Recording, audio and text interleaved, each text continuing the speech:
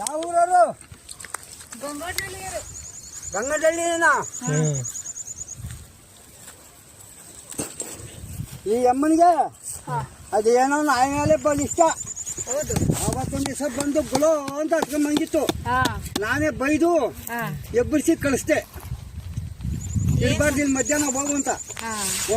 ಹೇಳ್ದೆ ನನ್ನ ಮನೆಗೆ ಹೋಗಿ. ಅದು ಸಾಕಿದ್ದಲ್ವಾ? ಸಾಕಿದ್ದಿ ಆಗ್ಲಿ, ಆದ್ರೆ ಅಷ್ಟೊಂದ ಎಬಿ ಒಂದ್ ವಾರ ಹತ್ತಿದಾಳ ಅವಳು.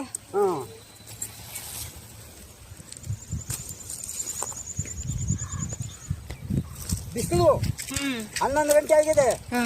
ಹತ್ಕೊಂಡು ಮಂಗಿದ್ದಿ. ನಾವು ಬರುವಾಗ ಯಾರು ಹಿಂಗ ಬಡ್ಕೊಂತಾರಲ್ಲ ಅಂತೀನಿ ನಾನು.